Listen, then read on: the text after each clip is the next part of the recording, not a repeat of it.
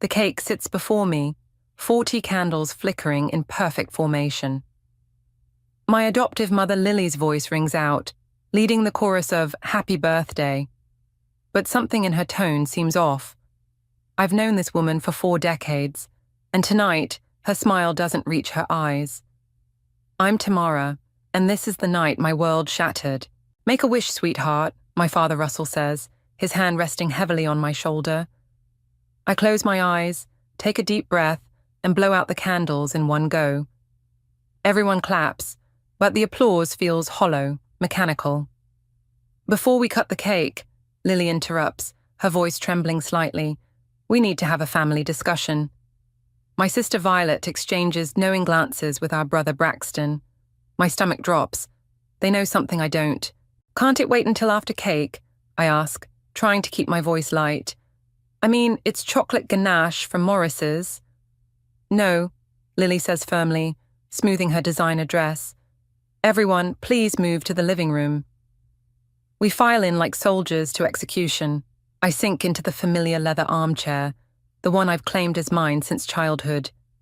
Violet perches on the sofa's arm, while Braxton leans against the fireplace mantel, avoiding my eyes. "Tamara," Lily begins, clasping her hands together, "there's something we've needed to tell you for a very long time." She pauses and I watch her knuckles turn white. "You're adopted." The words hit me like a physical blow.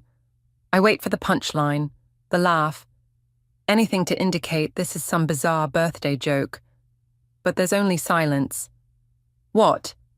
My voice comes out as a whisper. "There's more," Russell adds, his face ashen. The family has decided it's best if we part ways." "Part ways?" I repeat dumbly. "What does that even mean?" Violet straightens her spine, always the practical one. "It means exactly what it sounds like, Tamara.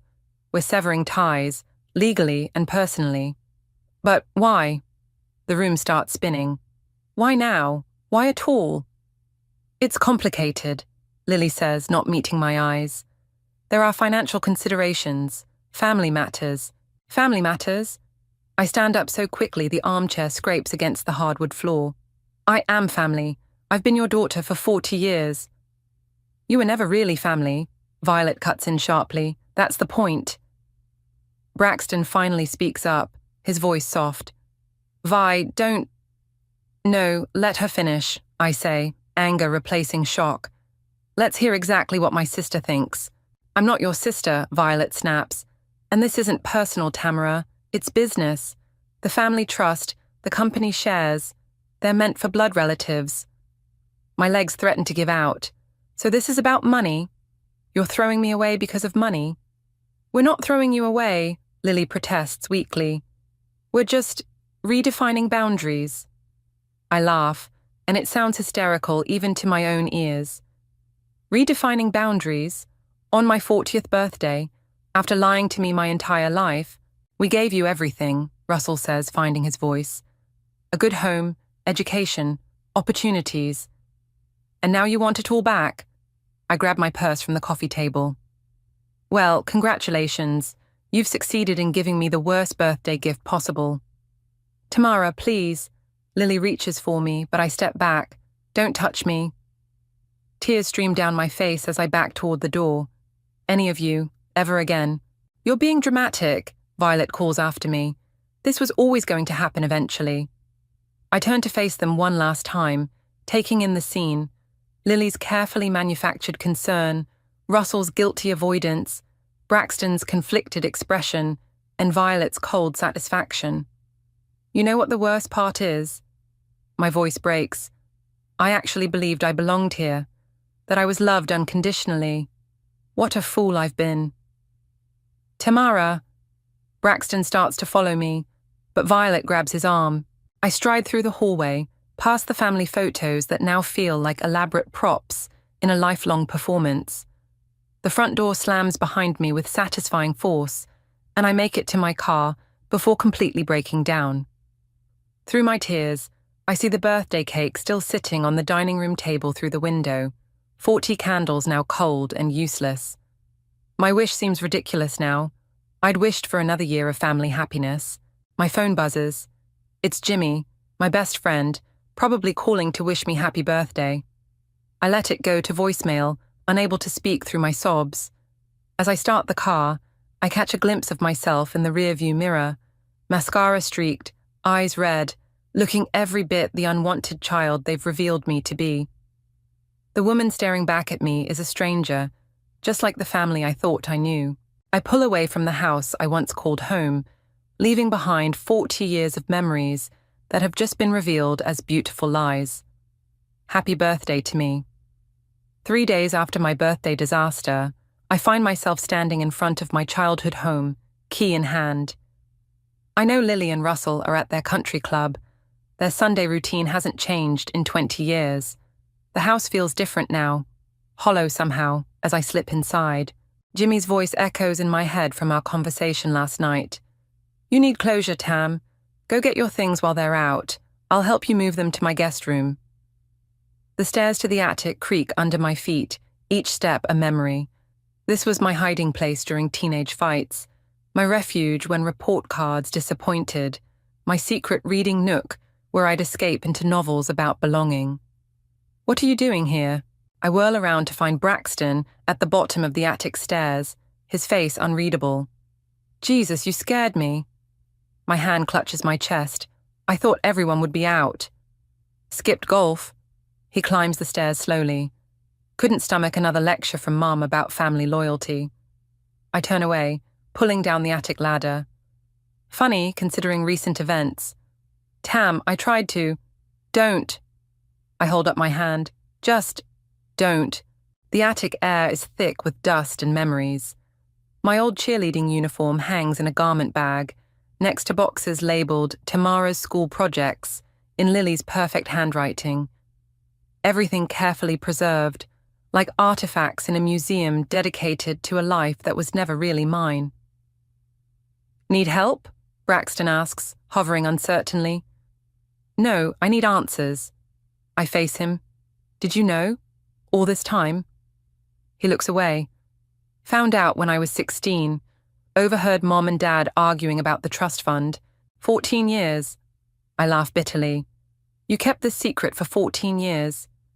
What was I supposed to say?" His voice cracks. "Hey, sis, guess what? You're not really my sister." I move toward Grandma Rose's old trunk, needing something to do with my hands. Anything would have been better than this. The trunk's brass latch is stuck. I jiggle it, frustrated tears threatening to fall. "Here, let me." Braxton steps forward. "I've got it." The latch gives way suddenly, the lid flying open. Papers scatter across the floor like autumn leaves. "What's all this?" Braxton bends to help gather them. "Stop!" I snatch a yellowed envelope from his hands. My name is written on it in Grandma Rose's elegant script. My hands shake as I open it. A legal document falls out, along with a handwritten letter. "My dearest Tamara," I read aloud, my voice trembling. "If you're reading this, then certain truths have come to light. I always feared this day would come." Braxton moves closer. "What is it?" "It's her will." I scan the documents, my eyes widening. She left me everything, her house in Vermont, her investments, all of it, in a separate trust, outside the family estate. "What?" Braxton grabs the papers.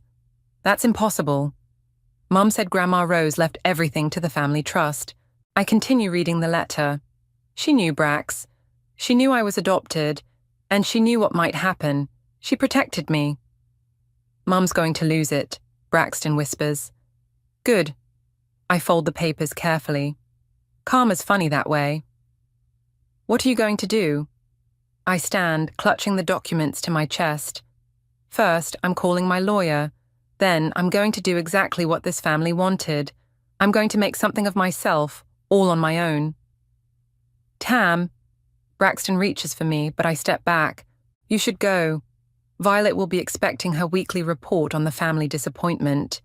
His face falls. "That's not fair." "None of this is fair." I head toward the stairs. But at least now I know one person in this family truly loved me. "I love you," he calls after me. "You're still my sister." I pause at the top of the stairs, looking back at him standing among the scattered remnants of my childhood. Love shouldn't come with conditions, Brax. Grandma Rose taught me that. As I leave the house for the last time, my phone buzzes. It's Jimmy. You okay? He asks when I answer. No, I reply, starting my car. But I will be. Can you meet me at Carlton and Associates? I need a good lawyer. On my way, he says without hesitation. Want to tell me what's going on? I look at the envelope on my passenger seat, Grandma Rose's final gift of love and protection. Let's just say the universe has a way of balancing things out. As I pull away from the house, I catch a glimpse of Braxton watching from the attic window. He raises his hand in a half wave, but I don't wave back. Some bridges, once burned, can never be rebuilt, but from their ashes, something stronger might rise. Grandma Rose made sure of that. Sign here and here. Jimmy points to the lease agreement, practically bouncing with excitement. This is it, Tam. Your own business space in downtown. I grip the pen tightly, staring at the pristine document. 2 months have passed since discovering Grandma Rose's will, and everything's moving at lightning speed. The inheritance cleared, the lawyers confirmed my rights, and now I'm about to sign a lease on a premium office space. Are you sure about this? I ask, hesitating. It's a lot of money, even with the inheritance. Stop second-guessing yourself, Jimmy says, pulling up a chair. You've been doing small business bookkeeping from your apartment for years. This is your chance to go big. The realtor clears her throat politely. The space does have other interested parties. I sign quickly, before doubt can creep in again. The scratch of pen on paper sounds final, definitive. Congratulations, the realtor beams, gathering the documents. The space is yours. After she leaves, Jimmy and I stand in the empty office. Sunlight streams through floor-to-ceiling windows, illuminating endless possibilities. I can see it already, Jimmy gestures dramatically. Modern desks here, a conference room there, maybe even one of those fancy coffee bars that Violet's always bragging about at her firm. I stiffen at my sister's name. This isn't about them. Sure it isn't. Jimmy raises an eyebrow. Just like you didn't deliberately choose a location 3 blocks from the family business. Before I can respond, a knock interrupts us. A tall man in a sharp suit stands in the doorway. Sorry to intrude, he says, stepping forward. I'm Piers Franklin. I couldn't help overhearing. Are you starting a business here? Tamara, I introduce myself. And yes, a consulting firm. Why? I'm looking to expand my client base. Piers hands me his business card. I specialize in business development and strategic planning. Maybe we could help each other out? Jimmy clears his throat pointedly. Oh, this is Jimmy, my best friend and apparently my self-appointed business advisor, I add with a smile. Piers laughs. Always good to have someone in your corner. Listen, I'm free for lunch if you'd like to discuss potential collaboration.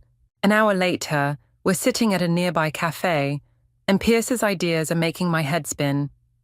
You've got the financial expertise, he says, sketching on a napkin. I've got the business development experience. Together, we could offer comprehensive services to small and medium businesses. That's actually brilliant, I admit, studying his rough diagram. It's more than brilliant, Jimmy chimes in. It's exactly what you need to compete with the big firms, including Harris and Associates, Pierce asks innocently. I freeze. How did you... I do my research, Pierce shrugs. Your family's firm is well known in the business community, and now their former bookkeeper is starting a competing business. That's interesting. I wasn't their bookkeeper, I say sharply. I was their daughter, until I wasn't. Pierce's expression softens. Even better reason to succeed. You don't know what you're getting into, I warn. The Harris family has connections everywhere. So we'll make our own connections. Pierce leans forward. Look, I've been trying to break into this market for years. The old firms have it locked down tight. But together, we could shake things up. Jimmy kicks me under the table. Say yes, Tam. This is perfect. I look between them. Jimmy's encouraging smile, Pierce's confident determination. For the first time since my birthday, I feel something like hope.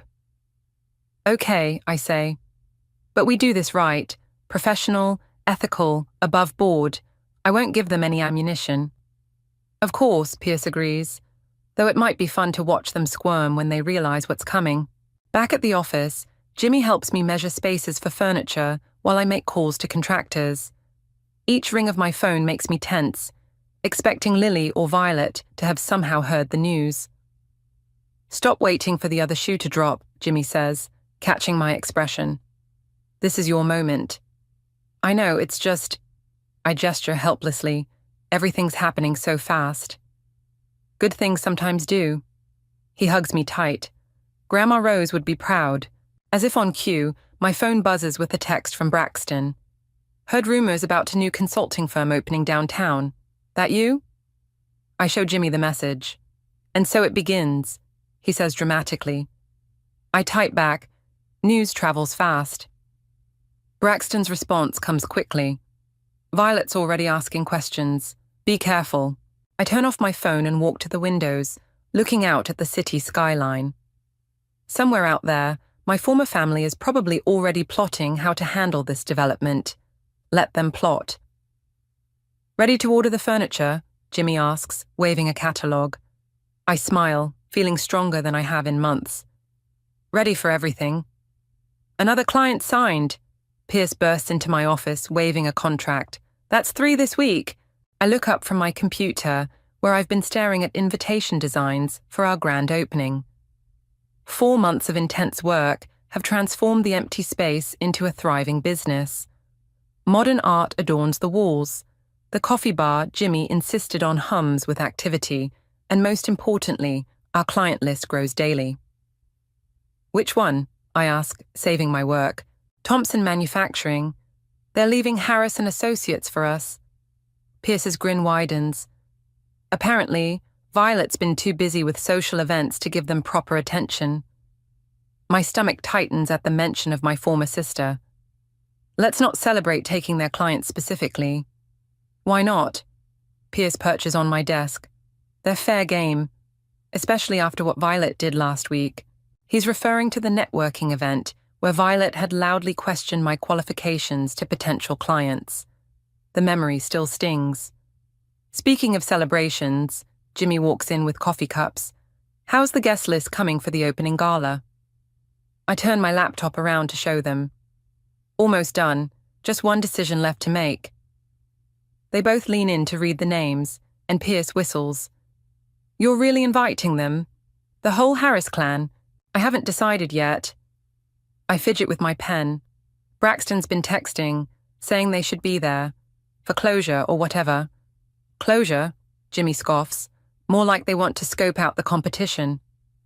Maybe both. I pull up the invitation design. What do you think of this?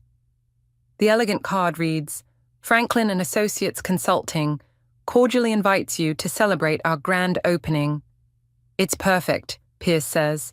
Professional, classy, and just a hint of, look who's successful now. Add them, Jimmy suddenly declares. Invite the whole family. Let them see exactly what they threw away. I click the mouse, adding 5 more names to the list. Done, before I lose my nerve. Now, about your speech, Pierce starts, but my phone interrupts us. It's Braxton, I say, staring at the screen. Speaker, Jimmy demands, settling into a chair. I answer, hitting the speaker button. Hey, Brax. Tam, you need to know something. His voice sounds strained. Violet's planning something for your opening. I overheard her talking to Mom. Of course she is, I sigh. What kind of something? She's bringing reporters, plans to make some sort of scene about family betrayal or something. I don't know the details. Pierce snorts. Family betrayal? That's rich, coming from them. Who's that? Braxton asks. My business partner, I reply, and Jimmy's here too. Look, just be prepared, okay? Mom's backing her play as usual. Thanks for the warning. I pause. Will you be there? Silence stretches for a moment. Would you want me to be? I sent you an invitation, didn't I? Yeah, he sighs. I'll be there. Someone should witness your triumph. After we hang up, Pierce jumps into action. This is perfect. We can use this. Use what? I ask. My sister's attempt to humiliate me. No, use their pettiness against them. He starts pacing. We'll alert our own media contacts. Frame it as the inspiring story of an adopted daughter overcoming rejection to build something amazing. Jimmy sits up straighter. That's brilliant. The public loves an underdog story. I don't want to look vindictive, I protest. It's not vindictive if it's true, Pierce argues. Look, you've built something incredible here. Let people see that. Let them see how success is the best revenge. I glance around my office, taking in the evidence of our hard work. The framed business licenses, the growing team outside, the calendar packed with client meetings. Okay, I decide, but we do this my way, professional, dignified, and absolutely true. Of course, Pierce grins. I'll call my media contacts now. As he leaves, Jimmy studies me. You okay? No, I admit, but I will be. This needs to happen, doesn't it? It does. He squeezes my shoulder. Time to show them who Tamara really is. I turn back to the invitation list, my cursor hovering over the Harris family names. With a deep breath, I click Send All. My phone immediately pings with a text from Violet. Got your invitation. Bold move, sis. Hope you're ready for what comes next. I show Jimmy the message. Oh, we're ready, he says firmly. They have no idea what's coming. I look out my office window at the building that houses Harris and Associates, visible just a few blocks away. For years, that building represented everything I thought I was part of. Now, it's just another competitor in my rearview mirror. Time to write that speech, I tell Jimmy, opening a new document. I've got a story to tell. The grand opening gala transforms our office space into something magical. Crystal chandeliers cast warm light over the crowd. String quartet music fills the air, and champagne flows freely. I stand near the entrance, greeting guests in my midnight blue gown, trying to keep my hands from shaking. Stop fidgeting, Jimmy whispers, appearing at my side with a fresh glass of water. You look amazing. They're late, I murmur, checking my phone again. The Harris family is never late. They're trying to make an entrance. Pierce joins us, adjusting his tie. Classic power play. But look around, the room is already packed with our clients and supporters. He's right, the space buzzes with energy as business leaders, local politicians, and media representatives mingle. Our strategy worked. 3 different news crews are setting up their equipment. Mrs. Patterson just cornered me, Pierce continues. She's thrilled with our work on her company's expansion, says she'll tell anyone who'll listen. Incoming, Jimmy suddenly tenses. 9 o'clock. I turn to see them entering. Lily and Russell in the lead, followed by Violet in a striking red dress that screams, "Look at me." Braxton trails behind, looking uncomfortable in his tuxedo. Tamara, Lily's voice carries across the room as she approaches. What a lovely venue. The slight pause speaks volumes. I force a smile. Thank you for coming. Please enjoy the evening. Oh, we will. Violet steps forward, her smile sharp as glass. I see you've invited quite the media presence. Interesting choice. We're proud of our accomplishments, Pierce interjects smoothly. The press seems quite interested in successful new businesses. Violet's eyes narrow. And you are?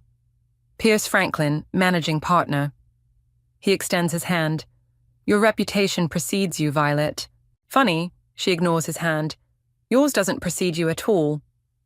Violet, Braxton warns quietly. What? She turns to him.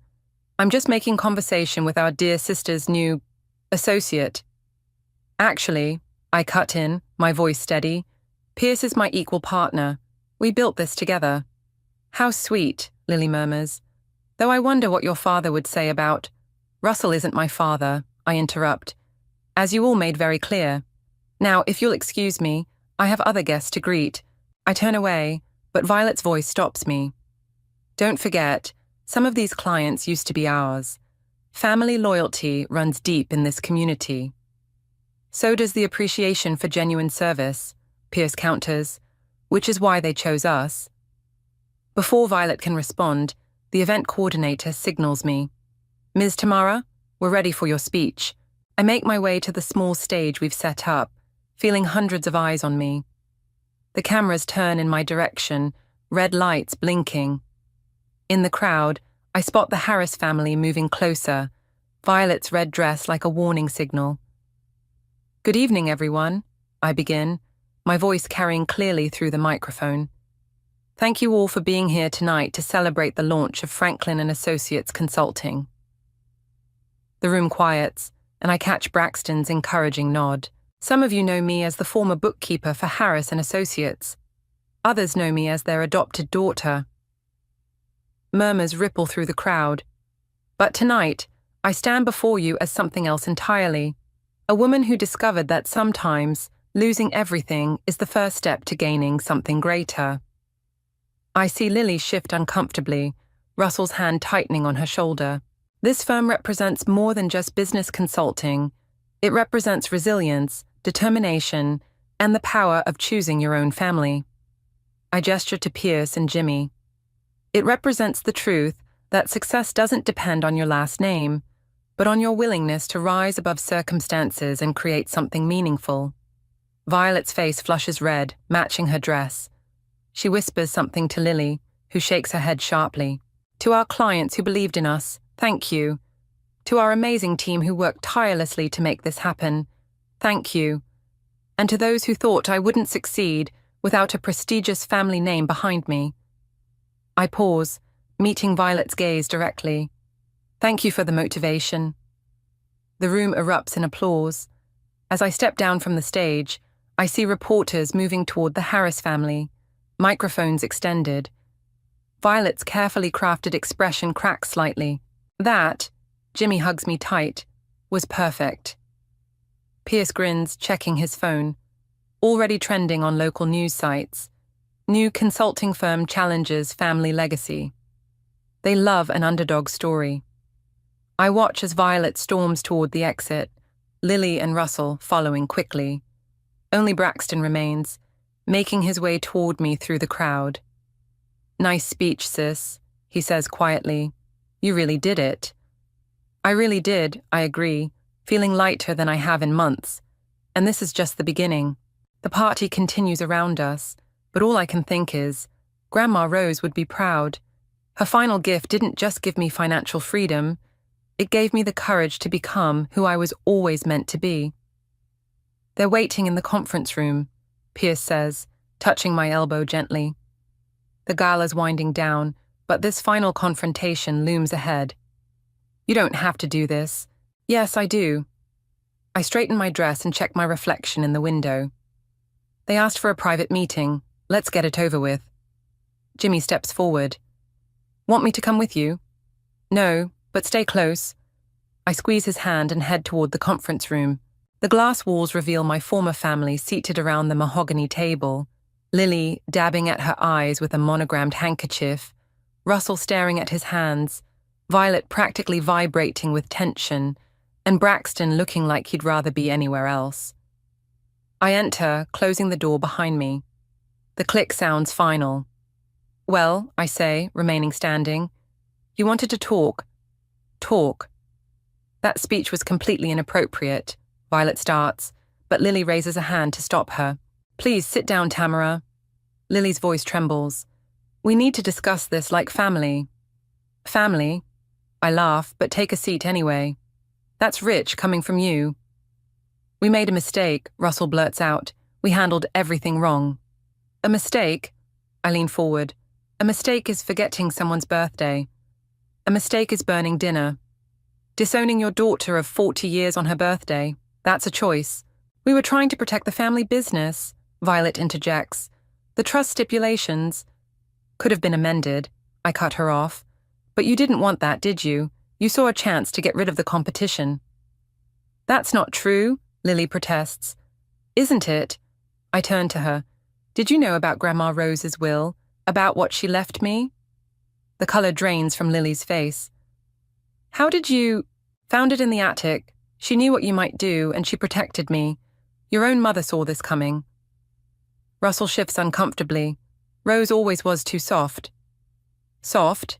I stand up, hands flat on the table. She was the only one strong enough to stand up for what's right, the only one who truly loved me unconditionally. We love you, Lily sobs. We thought, you thought I'd go away quietly, disappear with a small settlement and never bother you again. I gesture to the office beyond the glass walls. Surprise. You're taking our clients, Violet accuses. They're choosing us, I correct her, because we work harder, care more, and don't take them for granted while we're busy playing country club politics. Braxton finally speaks up. She's right, Vi. You've been losing clients for months before Tamara even started her firm. Shut up, Braxton, Violet snaps. Whose side are you on? That's the problem with this family, I say quietly. Everything's about sides, loyalty tests, blood ties. Well, I'm done playing those games. What do you want? Russell asks wearily. Money? A position at the firm? I want nothing from you. I straighten up. I have everything I need. A successful business, real friends, and the knowledge that I succeeded despite you, not because of you. Please.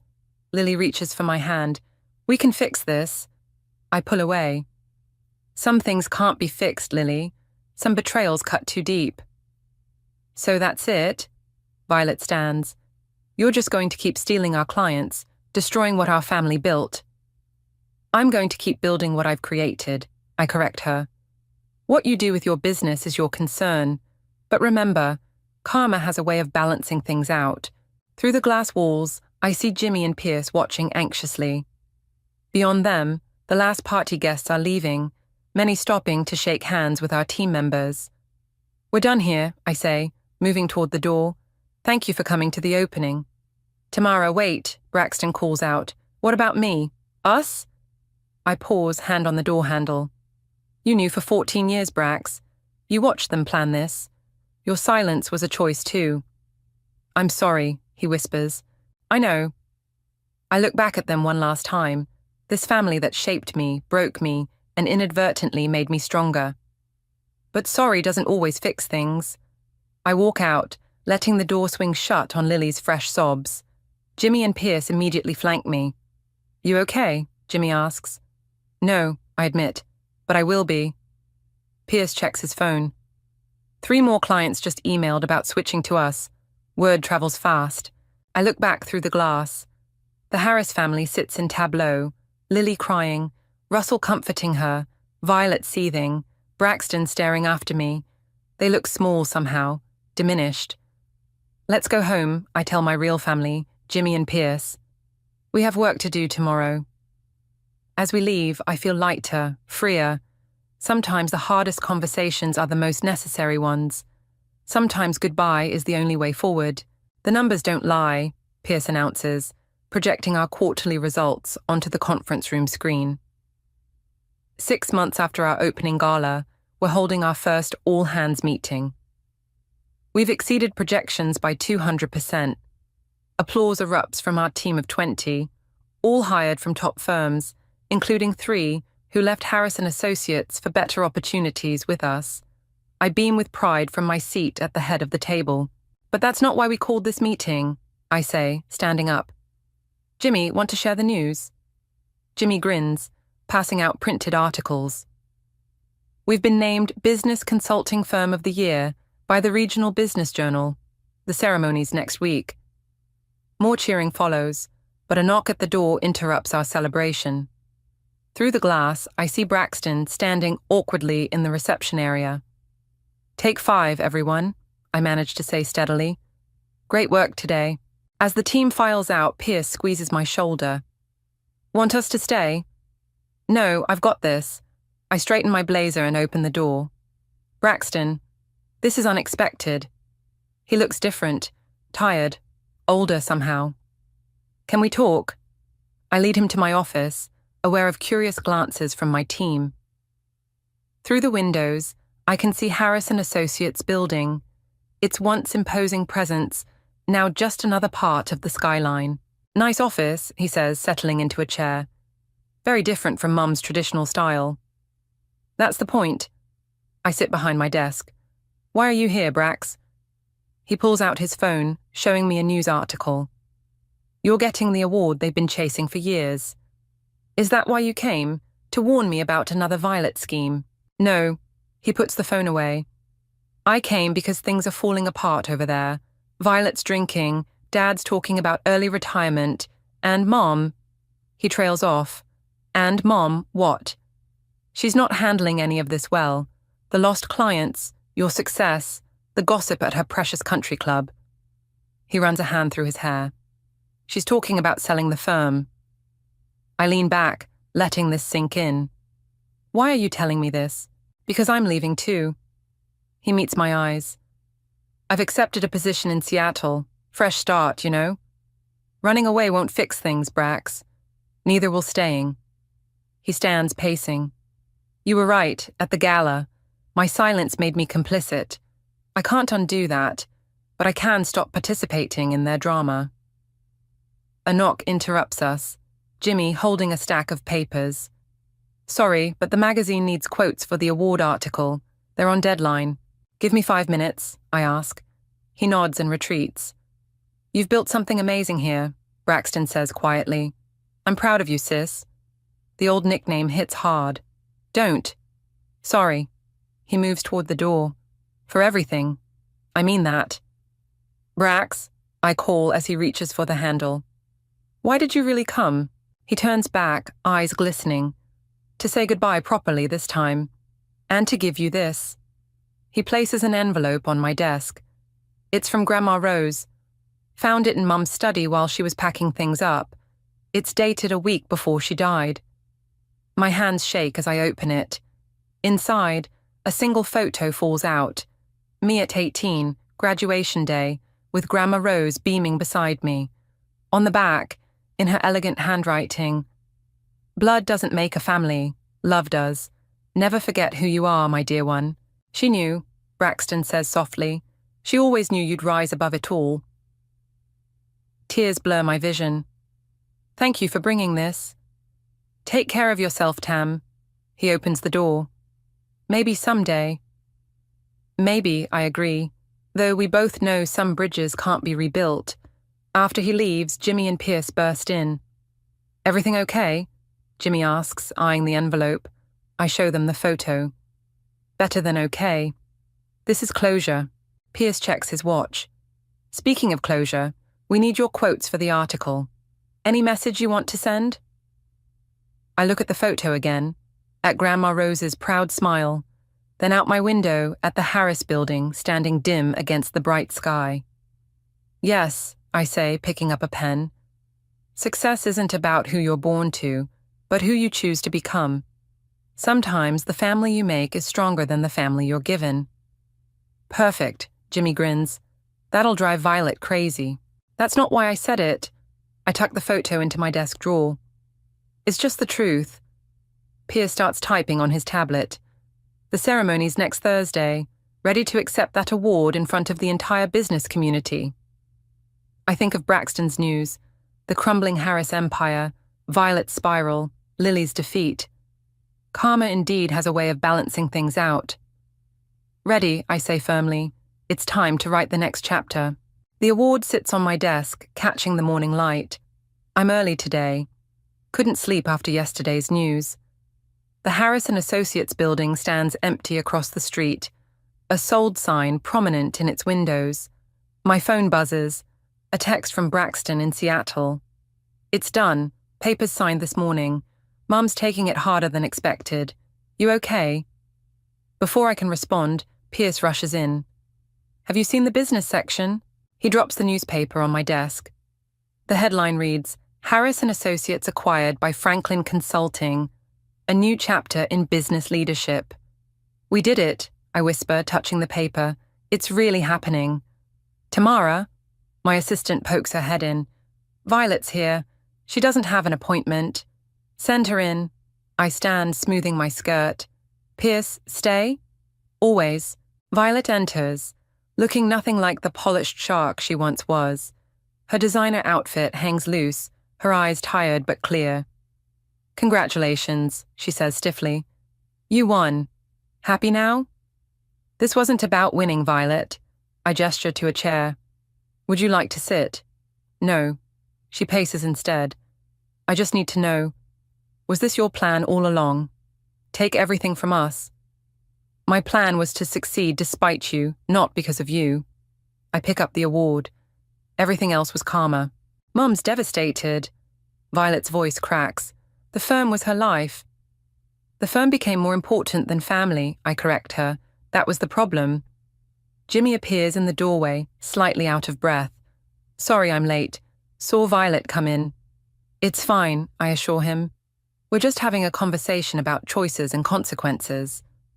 Violet stops pacing. What are you going to do with the building? Transform it, Pierce answers.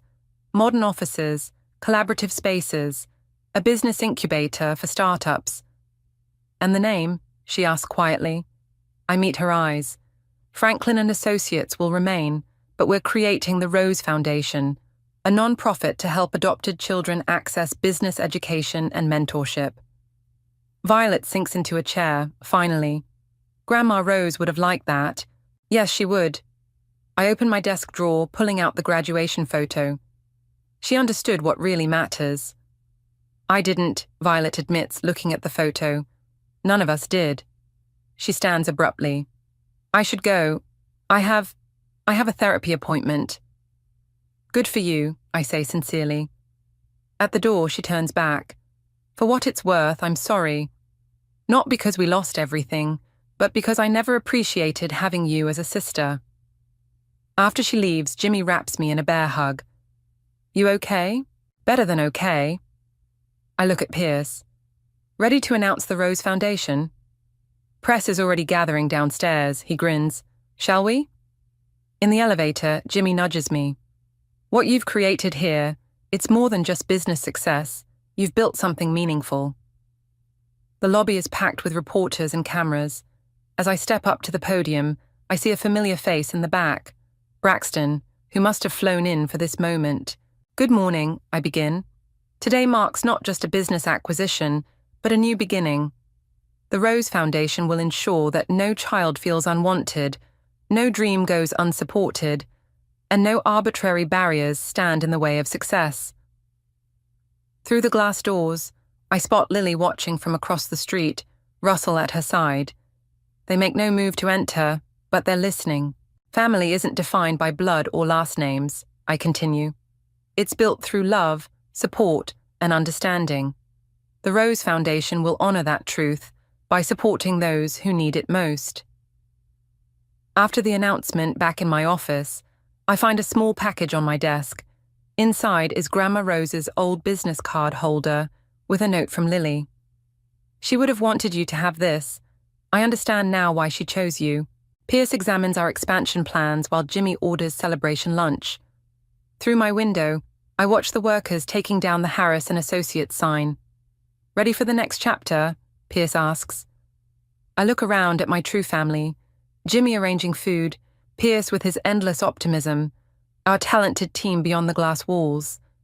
I think of Braxton finding his own path, Violet facing her demons, and the Harris parents finally understanding what they lost. More than ready, I say, placing Grandma Rose's card holder on my desk next to the award. We have work to do. The morning sun streams through the windows, illuminating the space where I finally found my true purpose.